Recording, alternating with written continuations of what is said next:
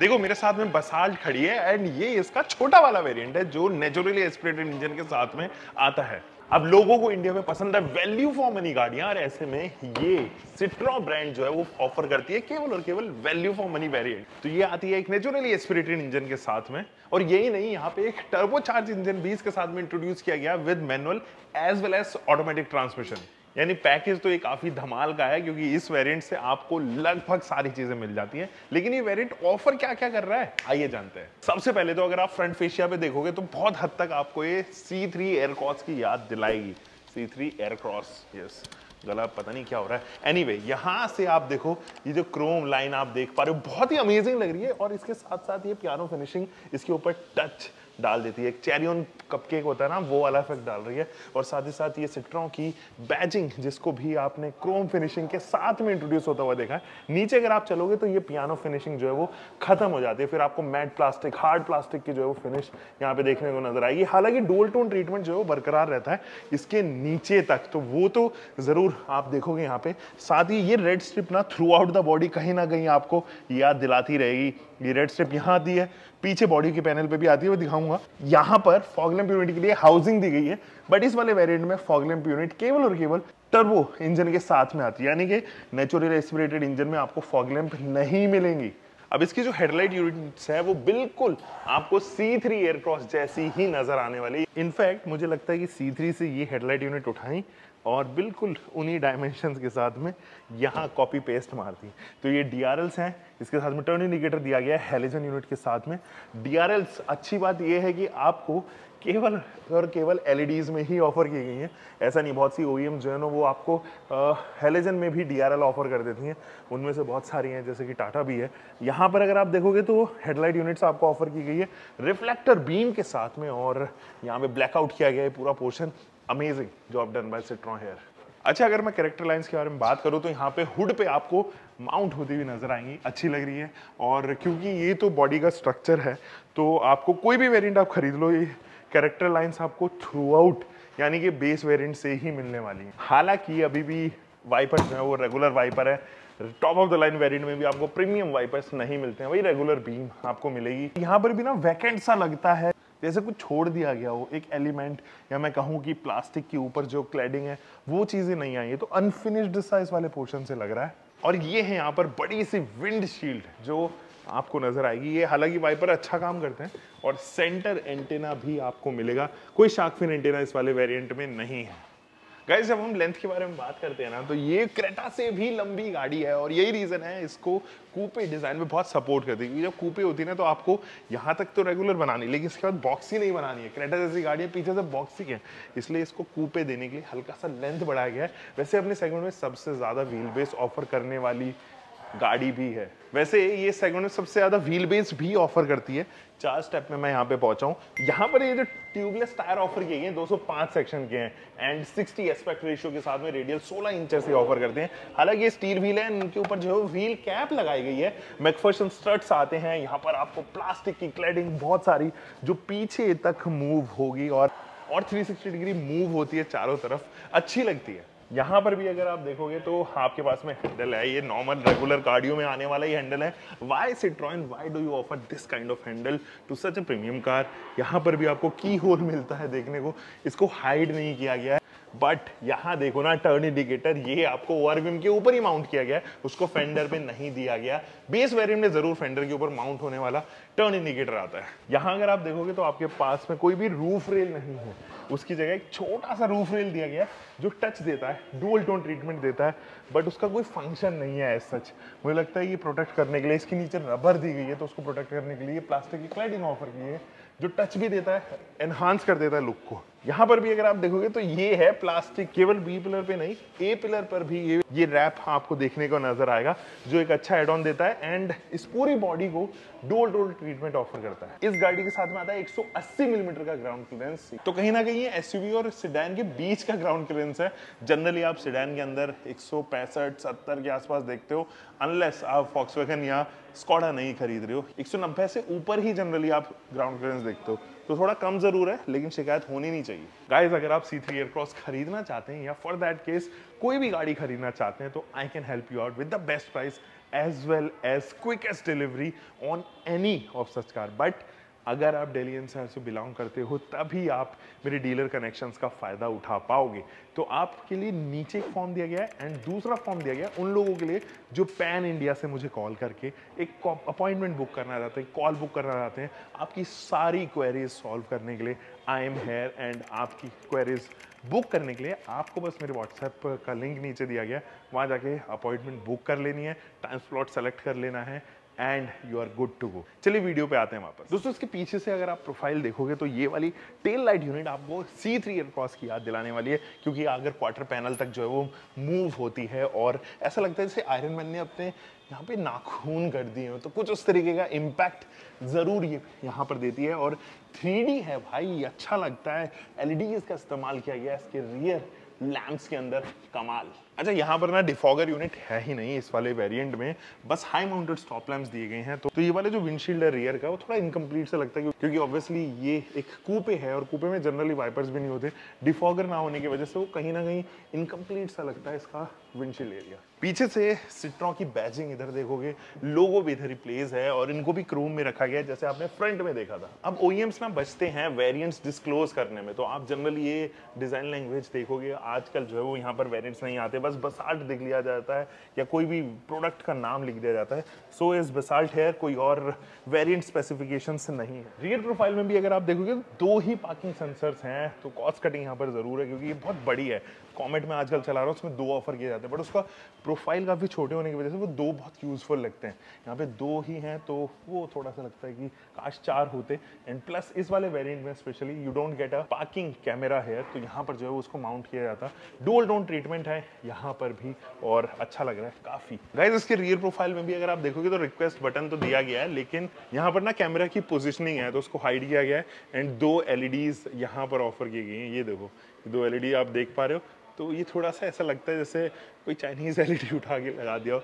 कुछ चीजें और, जैसे कि ये आती है 470 लीटर की बूट स्पेस के साथ में, जो बहुत बड़ा बूट स्पेस है, लेकिन कोई 60:40 स्प्लिट होने वाली सीट्स किसी भी वेरिएंट में नहीं ऑफर की गई हैं।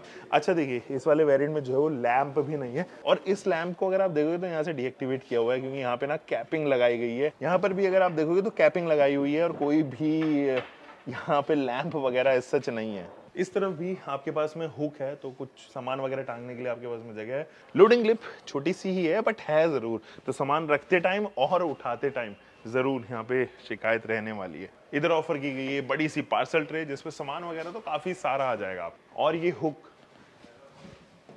जो हेल्प करने वाला है इस बूट को क्लोज करने में। ये है इसकी की फॉब, और इसमें 2 ही बटन दिए गए हैं, लॉक और अनलॉक। इसके बाद में एक मैकेनिज्म है, यानी कि पैसिव कीलेस एंट्री आपके पास में नहीं है कि आप गाड़ी के अंदर बैठो, आपको जरूरत ही ना पड़े, इंजन स्टार्ट ऑफ बटन हो, इस तरीके की चीजें किसी भी वेरिएंट में नहीं है। इस स्पेसिफिक वेरिएंट में को छोड़ के कोई भी वेरिएंट में नहीं मिलती है आपको। तो एक डुप्लीकेट चाबी जो है कुछ इस तरीके की दी गई है, इसके अंदर की फॉब भी नहीं है, यानी कि कीलेस एंट्री नहीं ऑफर की गई, उसको मैनुअली रखा गया है। देखो, इनग्रेस करने में तो कोई समस्या नहीं होगी, अगर आपके नानी दादा बाबा फूफा भी इनग्रेस करना चाहते हैं, पीछे बैठना चाहते हैं, आगे बैठना चाहते हैं, तो इनग्रेस करने में कभी कोई शिकायत नहीं होगी। अच्छा, अच्छी बात यह है कि यहाँ पर हाइट एडजस्टमेंट है, रिक्लाइन एंगल है, और ये 6 पे एडजस्टेबल सीट्स है, तो आप टू एंड फ्रो इसको मूव कर सकते हो। और अच्छी बात तो ये है कि ये जो सीट का कंफर्ट है ये काफ़ी कमाल का है, और दोनों तरफ जो है वो आपको यहाँ पर ऑब्स्ट्रक्शंस दी गई हैं ताकि ये सपोर्ट करे जब आप गाड़ी को चलाओ राउंड द कॉर्नर्स, तो वो भी कमाल की है। ऐसा साइज में कोई ऐसा नहीं लग रहा कि छोटा साइज दिया गया है या कुछ उस तरीके की कोई कंप्लेन ऐसा सच नहीं है। अगर आप डोर पैनल देखोगे तो यहाँ पर सॉफ्ट टच मटेरियल इस्तेमाल किया गया, बट क्योंकि कॉस्ट भी कट करनी है, बताना भी है छोटा वेरिएंट है, तो उसको लेदरेट नहीं रखा गया, उसको फैब्रिक रखा गया है। पियानो फिनिशिंग है, ORVM के कंट्रोल्स हैं, एंड फिट एंड फिनिश को लेके शिकायत नहीं है। सच मटेरियल क्वालिटी जरूर मुझे लगता है हल्की सी इंप्रूव की जा सकती थी, उसके अंदर इंप्रूवमेंट का स्कोप है actually, but over the period of time मुझे उम्मीद कम है कि ये वियर होंगे या स्क्रैचेस जल्दी डेवलप करेंगे। यहाँ पर भी जो हेडलाइट लेवलर है वो बहुत ही मैनुअल है यार, मतलब इसकी जगह तो आप वो 0 1 2 3 वाला देते तो ज़्यादा बेहतर होता। For a price point like this मुझे लगता है कि ये हटना चाहिए यहाँ से।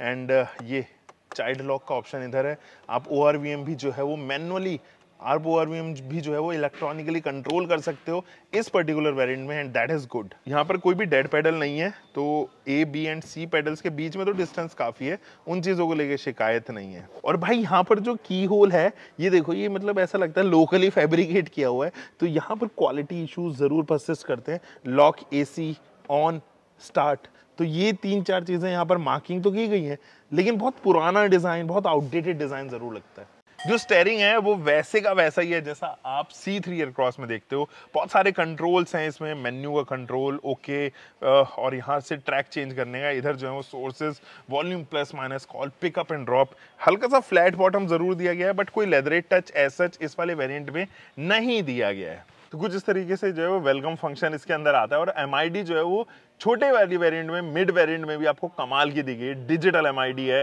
तमाम चीजें आपको शो करता है, जैसे कि फिलहाल लो फ्यूल शो कर रहा है। एंड साथ ही साथ अगर आप इस MID पे देखोगे ना, तो आपको बीच में डोर ओपन का फिलहाल फंक्शन आ रहा है, इसको ओके कर देता है। बीच में आपको instant fuel efficiency, average speed और साथ ही साथ डिस्टेंस टू एम्प्टी भी आ रही है। यहीं पे स्पीडोमीटर जो है वो आप अलग अलग थीम पे सेट कर सकते हो। जैसे फिलहाल ये वाली थीम सेट है, तो मैं चेंज करना चाहता हूँ, अभी अगेन चेंज करना चाहता हूँ, तो इस तरीके से आप टैकोमीटर को अलग अलग तरीके से प्लेस करवा सकते हो, स्पीडोमीटर को प्लेस करवा सकते हो। बाकी गाड़ी के जितने भी डैशबोर्ड सिंबल्स हैं वो यहीं पर मार्क्ड है, तो ये अच्छी चीज है ना। यहां दिया गया है एक 26 सेंटीमीटर का बड़ा इंफोटेनमेंट सिस्टम। अब ये हाइट में तो ज्यादा नहीं है, लेकिन लेंथ में जरूर काफी बड़ा लगेगा आपको। और इस इंफोटेनमेंट सिस्टम की अच्छी बात है कि सारी चीजें होम स्क्रीन पर ही अवेलेबल है, तो यूजर इंटरफेस बहुत इजी है इसका। Touch response is also good. मुझे लगता है एडवांस थोड़ा सा हो सकता था, बट ठीक है, इससे भी काम चलाया जा सकता है। ऐसी कोई बहुत बड़ी शिकायत इस चीज को लेके नहीं है। Android auto, Apple CarPlay play करता है, बहुत अच्छे से कनेक्ट भी हो जाता है। इनफैक्ट अगर गाड़ी को बंद भी कर देते हो तो भी ये पूछता है कि आपको इंफोटेनमेंट सिस्टम बंद करना है कि नहीं करना है। ये देखिए, do you want to continue using the system, अगर मैं यस कर देता हूं तो ये अभी भी इसको एक्टिवेटेड रहेगा, डिस्पाइट बीइंग कि मेरे पास में चाबी जो है वो मैंने निकाल दी है। अब इस वाले वेरिएंट में जो है वो आपको मैनुअल ही एयर कंडीशनिंग यूनिट्स दिखाई देंगे, यानी कि नॉब्स वगैरह सब मैनुअल है। लेकिन अगर आप इसको टर्बो चार्ज में खरीदते हो तो ये पूरा पैनल ऑटोमेटिक आ जाएगा। यहाँ पे कोई भी आपको वायरलेस चार्जिंग ऑप्शन नहीं मिलता है इस पर्टिकुलर वेरिएंट में। 12 वोल्ट का DC सप्लाई है, USB-A टाइप है, बट कोई भी C टाइप क्यों नहीं दिया है भाई सिट्रॉन, ये मुझे रीजन बताओ यार। यहाँ पे गियर लीवर भी जो है वो नॉर्मली है, 5 स्पीड मैनुअल ट्रांसमिशन के साथ आता है। रिवर्स गियर भी जो है वो एक दिया गया है, और बाकी तो सैटर्न की फिनिशिंग है, इधर आपको चारों तरफ देखने को नजर आएगी। सैटर्न इन द सेंस की सिल्वर कलर की प्लास्टिक ही रखी गई है कुछ इस तरीके का, और ये लेदरेट फिनिश इसके गियर नॉब के चारों तरफ रखा गया है। मैनुअल आपको IRVM मिलेगा। हेलोजन लैंप्स ऑफर की गई है। यहाँ पर आपको सनवाइजर तो दिया गया है, बट कोई भी कार्ड होल्डर या ऐसा कोई वैनिटी मिरर नहीं है। इनफैक्ट आप अगर इसको बार बार करोगे ना, 2-4 बार टू एंड फ्रो करोगे, ये थोड़ा सा निकल जाता जल्दी, स्लिपेज का थोड़ा सा इशू है, बाकी तो ठीक है। ये वाला जो सनवाइजर है, हालांकि इसके अंदर तो वैनिटी मिरर भी दिया गया है, देखो यहाँ से भी ये निकल गया है, तो ये थोड़ा सा इशू जरूर रहता है सिट्रॉन के सनवाइजर के साथ में। तो आप थोड़ा जल्दी जल्दी इसको इस्तेमाल करोगे तो ये वियर होने लग जाता है। यहाँ पे ग्लव बॉक्स ऑफर किया गया है, और पेन होल्डर्स वगैरह, कार्ड होल्डर्स हैं, यहाँ पर भी एक वैनिटी दी गई है। इनफैक्ट बहुत डेप्थ है इसके ग्लव बॉक्स के अंदर। कोई कूल्ड ग्लव बॉक्स ऐसा फंक्शन नहीं आता है, छोटे मोटे स्पेसेस जरूर यहाँ ऑफर कर दी गई हैं। गाइस, ये जो पैनल आप देख रहे हो ना, इसको डिफरेंशिएट किया गया है C3 एयरक्रॉस से। यहाँ पे गोल्डनिश फिनिशिंग है, यहाँ पे ऑफ व्हाइट कलर है, एंड इधर जो है ब्लैक फिनिशिंग है। तो इंटीरियर इसके ठीक लगते हैं, फिर भी डेटेड नहीं लगते हैं कि बहुत आउटडेटेड लग रहे हो, बहुत पुराने लग रहे हो, बट मुझे लगता है 2 या 3 साल में जरूर आउटडेटेड होने लगेंगे। और प्लास्टिक फिनिश के बारे में बात की जाए या मटेरियल क्वालिटी के बारे में बात की जाए, इन दैट केस ये अच्छे लग रहा है, कोई ज्यादा इससे शिकायत होनी नहीं चाहिए। फिट एंड फिनिश मुझे अभी भी एक कंसर्न लगता है इंटीरियर्स में स्पेशली, कि वहां पर बदलाव किए जा सकते हैं। अच्छा, इसका जो इंस्ट्रूमेंट क्लस्टर है ना, वो 4 स्पीकर सेट के साथ में आता है। अगर आप टर्बो चार्जर खरीदोगे 4+2, उसके साथ में ट्विटर भी आ जाएंगे। तो ये जो ट्विटर्स अभी आप देख रहे हो ना, ये खाली हैं एक्चुअली, अंदर से खोखले हैं। यहाँ पे सेकंड रो अब अगर आप देखोगे तो यहाँ पर भी under Thai support is good, मतलब शिकायत नहीं है उससे।